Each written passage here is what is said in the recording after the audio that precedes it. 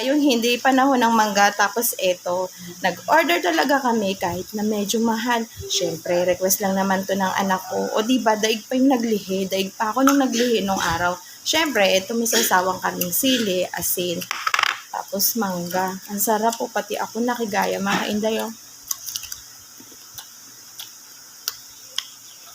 Kain tayo.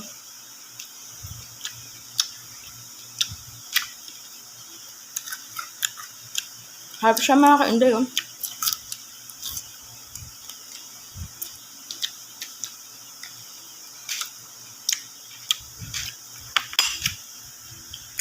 Tapos may sili siya.